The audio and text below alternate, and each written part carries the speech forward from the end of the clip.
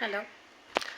আগের দিন একটি ভিডিও পোস্ট করেছিলাম, অনেকেই খুব ভালো করেছেন, প্রশংসা করেছেন, তাদেরকে সবাইকে অনেক ধন্যবাদ।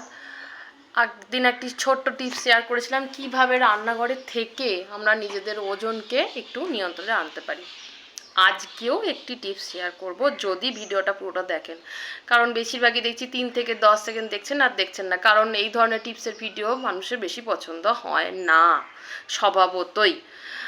আপনি অথচ ললিপপ গান দেখুন 2-3 মিনিটের, তখন খুব ভালো লাগে, কিন্তু এগুলো ভালো লাগে না। যাই হোক, যার যার নিজের পছন্দ। আজকের টিপসটি হচ্ছে, আপনারা সবাই প্রত্যেকেই বাইরে বেরোন, বাজারে ঘুরতে, বাবার সাথে, মায়ের সাথে, বন্ধু বান্ধব যার সাথেই হোক বাইরে বেরোন, টুকটাক খেতে ইচ্ছা করে, সবারই ইচ্ছা করে বলুন। তো আপনার টুকটাক খাওয়াতেও কিন্তু কিছু ব্যায়াম আছে। যেমন কীরকম ব্যায়াম বলুন তো? একবার ডান দিক, একবার বাঁ দিক, একসঙ্গে করলে কী হবে? এইটি। কোন সাইন বোঝায়? না। কখন করবেন? চাউমিন, এগরোল, মোগলাই, নানা রকম ফাস্ট ফুড জাতীয় খাবারে আপনি এই এক্সারসাইজটা করবেন, প্র্যাকটিস করবেন রোজ। কি ভাবছেন শুধু এটাই আছে?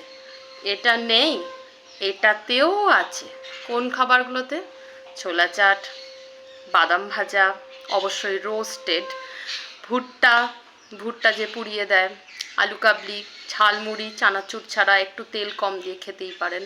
ফুচকা, বাবা এটাতে তো না করতেই পারি না মেয়েদেরকে, 4টে খাবেন, খুব বেশি নয়। এই ব্যায়ামটাও কিন্তু এইগুলোর ক্ষেত্রে প্রযোজ্য। তাহলে আজ থেকে অভ্যাস করতে শুরু করুন যে ফাস্টফুডে এইটা, আর হেলদি টুকটাক খাবারে এইটা। এইভাবে নিজেকে প্রতিদিন একটু একটু করে বদলান, দেখুন সুস্থ থাকবেন। সাবস্ক্রাইব করবেন, লাইক করবেন, অনেক অনেক ভালোবাসা দেবেন। ধন্যবাদ।